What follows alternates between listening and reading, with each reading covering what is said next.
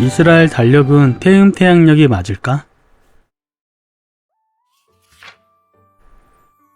에녹서 82장 중에 일부를 읽어보겠습니다.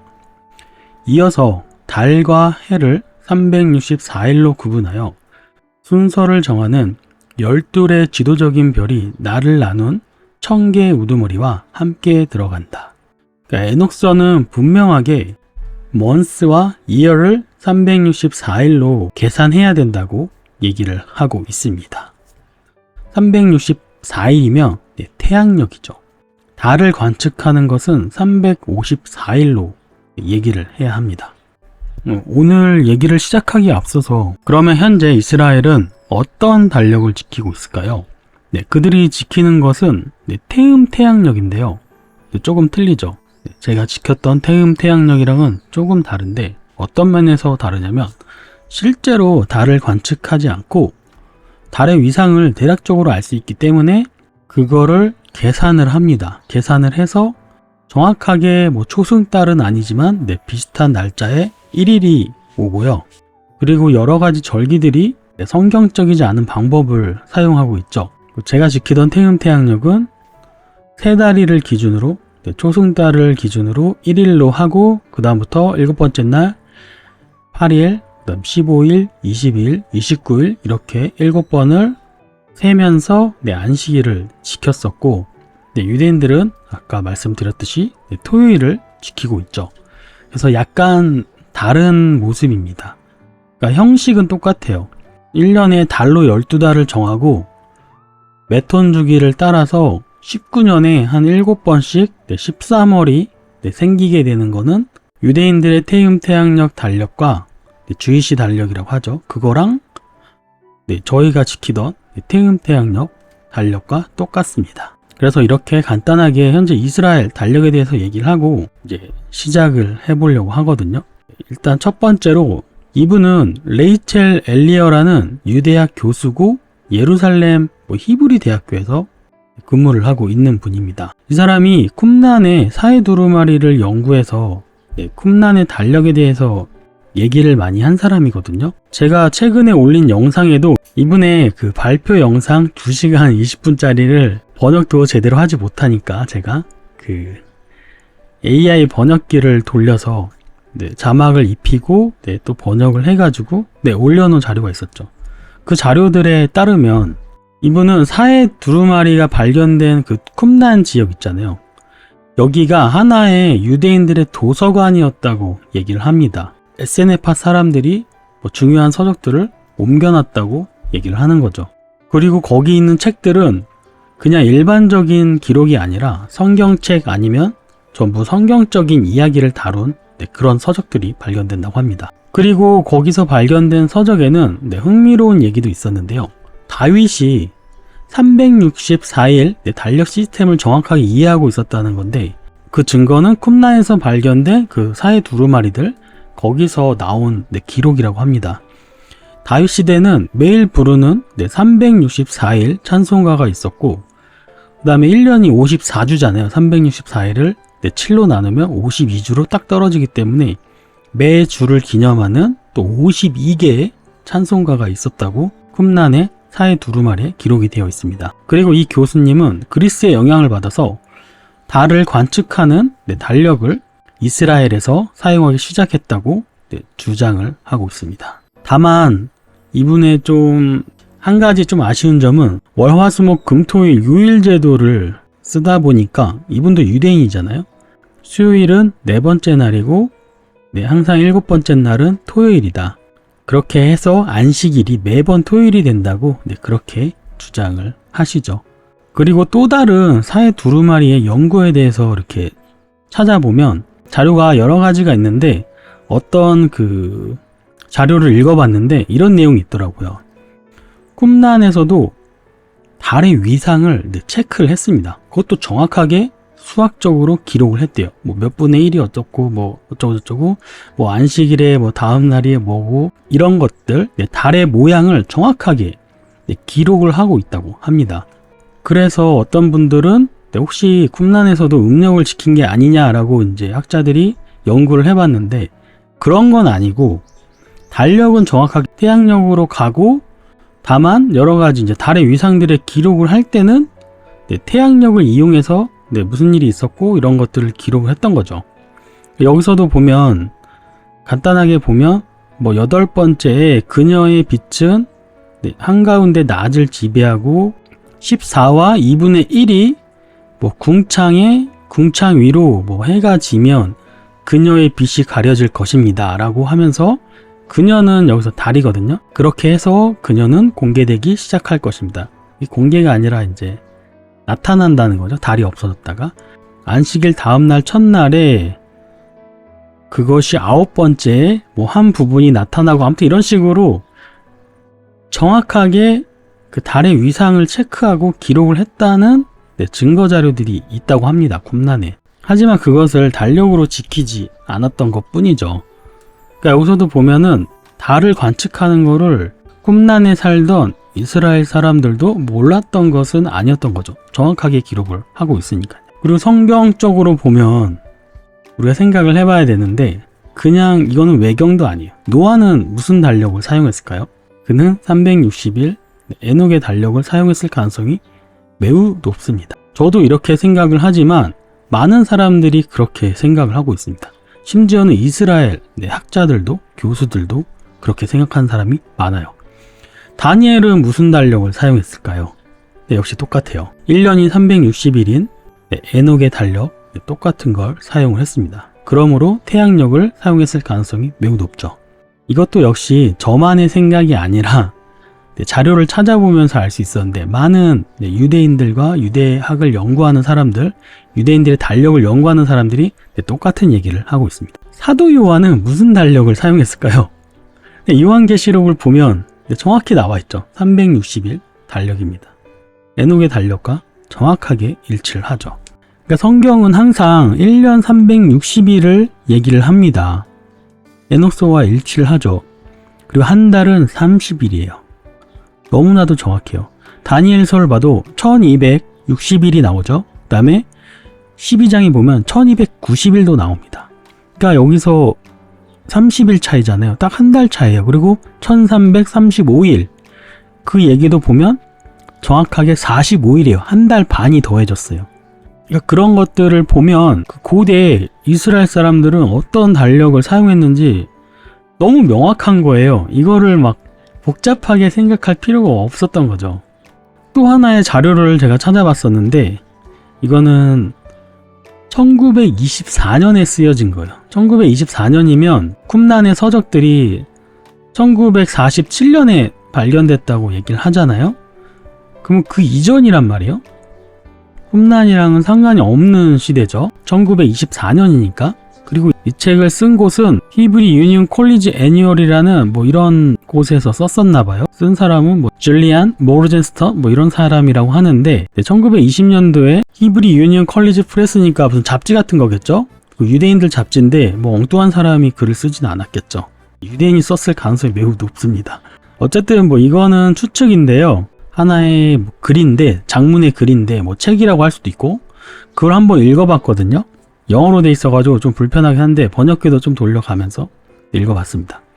이 사람이 말하는 거는 이스라엘엔 3개의 달력이 있다고 얘기를 합니다. 첫 번째는 가나안 시대 때 쓰던 달력, 모세가 준 거죠. 그리고 두 번째 달력은 뭐 이름은 없다고 합니다. 그리고 세 번째 달력은 바벨로니아 달력이라고 주장을 하고 있습니다. 그래서 찾아보면 영어로 이렇게 써 있는데, 세 번째 달력은 루나, 달을 이용한 달력이고, 그 나머지 2개의 달력은 솔라, 태양을 이용한 달력이라고 얘기를 하고 있습니다. 그래서 첫 번째 달력이 아까 가나안의 달력이라고 했었죠. 어쨌든 그 첫 번째 달력이 가나안의 달력이라고 얘기를 했었죠. 신기하게도 쿰란이랑 전혀 상관이 없는 시대인데도 이미 기록이 있었던 거예요. 2개의 춘분점과 추분점을 통해서 1년을 체크했다고. 가나안 시대 모세가 줬던 달력이죠. 그러니까 2개의 이코넉스가 춘분점, 추분점, 뭐 하지, 동지 이걸 얘기하는 거거든요. 그 2개의 이코넉스가 1년에 2번의 그 절기를 측정해서 추분점, 춘분점을 측정해서 한 해의 시작을 알렸다는 거죠. 신기해요. 팔레스타인 지역에서, 그러니까 이때는 이스라엘이 없었을 때잖아요. 그러니까 팔레스타인 지역에서 추분점을 측정을 했었고 7월을 뉴 이어로 했었다. 그러니까 성경에는 두 가지 뉴 이어가 있잖아요. 1월 1일이 있고 7월 1일이 있어요.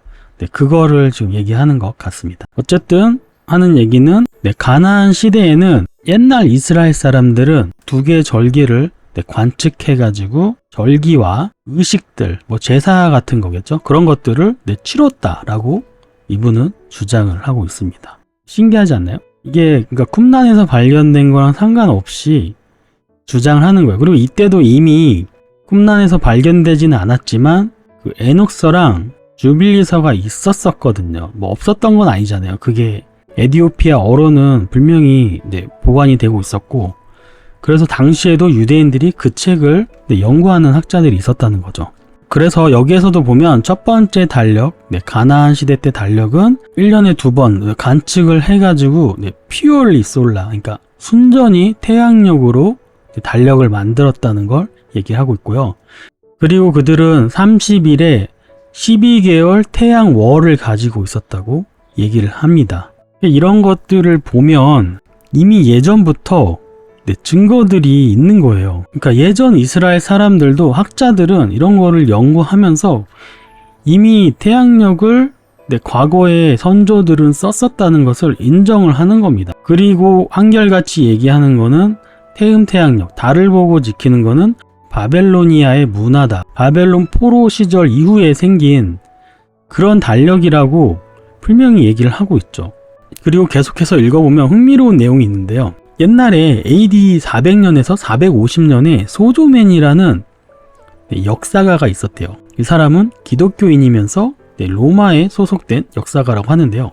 이 사람이 쓴 책 중에 초기 기독교 단체 중 하나인 몬타노스파라는 곳을 이렇게 기록한 기록이 있거든요. 몬타노스파는 아마 AD 100년 정도에 활동을 했던 단체라고 합니다. 근데 그 단체가 364일 달력을 똑같이 사용했었고, 태양력을 지켰었고, 절기들을 달로 보고 지키는 것을 비난했던 사람들이라고 합니다. 그 기록이 있는 거예요. 이 소조맨이 쓴 책에. 그래서 이제 그 기독교인들은 매년 춘분점을 기준으로 다음 날을 새해로 여기고 6월절도 그렇게 계산해서 지켰고, 소조맨은 그런 식으로 그들에 대해서 기록을 해놓은 책들이 있다는 것을 얘기하고 있는 거죠. 이렇게 지켰었다고. 그 기록이 남아있다는 거예요. 저도 이 얘기 듣고 깜짝 놀랐어요. 몬타노스파가 무슨 파인지 저도 잘 몰라요. 잘 모르는데 찾아보니까 약간 안 좋은 얘기도 있고, 어쨌든 이런 기록이 있었다는 게 저는 신기한 거예요. 기독교인들이 어떻게 지켰을까라는 거에 대한 기록이 전혀 없었잖아요. 현재까지는. 그거에 대해서 히브리 유니온 컬리지에서 그걸 얘기를 하고 있는 거예요. 신기하죠? 기독교인에 대해서 왜 얘기하는지 모르겠지만 달력을 설명하기 위해서 그들도 이런 자료를 활용했다는 거죠. 역사적 서적을. 그리고 최근에 To Be Saved라는 홈페이지를 알려주신 분이 있어가지고 제가 찾아봤거든요. 여기서 이제 하루의 시작이라는 부분이 있어요. 하루의 시작은 일출이다.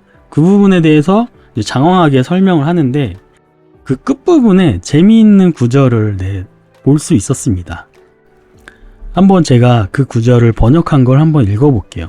고대 이스라엘 달력의 문제에 대한 조사의 새로운 단계는 1906년이면 1924년보다 훨씬 전이죠. 이 코에니그에 의해 학습된 기사의 등장으로 특징 지어졌습니다. 그는 고대 이스라엘에서 두 개의 뚜렷한 달력이 현재 존재했다고 주장합니다. 첫 번째는 태양력입니다. 이 태양력은 이스라엘 사람들이 팔레스타인에 머무는 첫 번째 기간 동안 살았던 소박한 농경 생활의 조건에 잘 적응되었습니다. 해돋이에서 하루를 계산했습니다. 그러니까 이 사람들이 일출을 설명하기 위해서 자료를 가져온 건데 1906년 자료에도 태양력을 사용했었고 해돋이가 하루의 시작이라고 얘기를 하고 있는 거죠. 앞서 말한 1924년 근데 그 자료와 매우 비슷하지 않나요? 내용이? 고대 이스라엘의 옛날 달력은 태양력이었다는 것을 1906년, 1900년대 초에는 그걸 주장하는 사람들이 있었다는 거죠. 1924년 글도 있었고. 그리고 계속해서 읽어볼게요.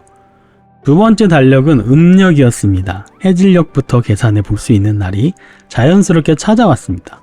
이 두 번째 달력은 분명히 바빌로니아 모델에 기반을 두고 있었고, 바벨로니아의 종교와 일반 문화가 바벨로니아에 있는 유대인들 망명자들과 망명에서 돌아온 사람들, 팔레스타인에 남아있던 유대인들에게 꾸준히 증가하는 힘으로 영향을 미치기 시작했던 기원전 600년경에 바빌로니아의 직접적인 영향 아래 채택되었습니다. 라고 얘기를 하고 있습니다. 재미있지 않나요?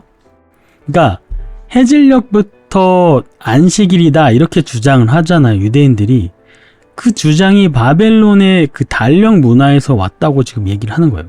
바벨론의 달력은 음력이기 때문에 밤을 기준으로 하기 때문에 저녁부터 계산이 되는 거죠. 하루가. 신기한 것 같습니다. 그러니까 이미 옛날부터 태양력의 존재를 알고 있었고, 음력을 믿게 된 게 바빌론의 문화라는 것을 유대인들 자체도 알고 있습니다. 이미. 신기하죠. 그럼에도 불구하고 그들은 그게 전통이고 1000년 이상 지켜왔던 거기 때문에 계속해서 지킬 수밖에 없는 것이죠. 이거는 달력과는 상관이 없는 건데 좀 재미있는 자료가 있어서 갑자기 제가 끼워 넣었습니다. 그러니까 한국에서 한남대학교에서 쓴 자료 같은데, 고대 이스라엘의 달신 숭배라는 제목으로 글을 쓴 게 있었는데요. 이 내용의 일부를 보니까 한번 읽어볼게요. 일부 도상학적 표현은 고대 이스라엘에서도 달의 신을 숭배했음을 보여줍니다. 그것들은 하솔에서 발견된 비석 아래에 2개의 인간 손에 들려있는 낮은 부조의 달신 상징, 벳세다에서 발견된 비석의 황소머리 형상, 이스라엘 이름이 있는 다양한 달의 상징이 있는 인장 등을 포함합니다. 달의 숭배를 비난하는 성경 자료는 대부분 포로기 이전 후기 또는 그 이후 신명기 문서와 예레미야서와 같이 달 숭배가 기원전 7세기 이후에 매우 인기를 끌었음을 나타냅니다. 달 숭배가 기원전 7세기라고 얘기를 하고 있네요. 이 부분도 되게 흥미로운 부분이에요. 한번 제가 연대기를 가져와 봤거든요. 연대기를 보면 1447년경 대략 이때쯤에 출애굽을 하면서 광야 생활을 시작했습니다. 이렇게 거의 1000년 가까운 기간, 한 800~900년 동안 잘 왔죠. 기간이 잘 왔는데 그때 이후로 BC 한 586년경에 성전이 파괴되고 바벨론 포로 기간 70년이 시작됩니다. 아까 여기 자료에서 보면 달 숭배가 기원전 7세기 이후잖아요. 그러면 이때쯤이잖아요. 그러니까 포로 생활 이전이죠. 이전인데 이때 이후로 달 숭배가 유행이 되었다고 얘기를 하고 있습니다. 그러니까 바벨론 포로 이후에 그런 일들이 생겼다는 거예요. 달신을 숭배하는 문화가 이스라엘에 생겼다는 거죠. 물론 이게 정확한 건 아니겠지만 그 많은 근거들이 있으니까 저런 연구 자료를 썼을 거 아니에요. 논문 같은 글인데. 그러니까 어느 정도는 이 시기에 달을 숭배하는 사상이 많이 들어왔다는 증거가 있다는 얘기겠죠. 그러니까 이런 것들을 보면 저는 어떻게 보면 약간 소름 돋는다고 해야 되나? 진짜 하나하나 역사를 파헤쳐 보면 끝이 없는 것 같아요. 일요일이 아니라고 생각해서 토요일을 안식일을 지키다가, 토요일이 아니라 그래서 태음태양력을 지키다가, 이것도 보니까 바벨로니아 달력이네? 다시 태양력으로 돌아가고. 근데 여기서 이 태양력은 그레고리안 달력이랑은 당연히 틀리고 성경적인 말씀에 의한 태양력이죠. 저는 이런 근거들을 봤을 때 성경적으로도 모든 것을 해석할 수 있는 것은 역시 에녹의 달력이고요. 그리고 역사적으로도 그걸 증거하는 게 에녹의 달력이라고 저는 생각이 듭니다. 앞에서도 보여드렸잖아요. 성경에서 달력에 대한 얘기가 나오면 다 에녹의 달력을 지지합니다. 1년 360일이요. 그건 에녹의 달력이거든요. 에녹서를 보면 에녹이 그런 것들을 정확하게 기록할 수 있도록 야후와님께서 에녹에게 허락을 하셨거든요.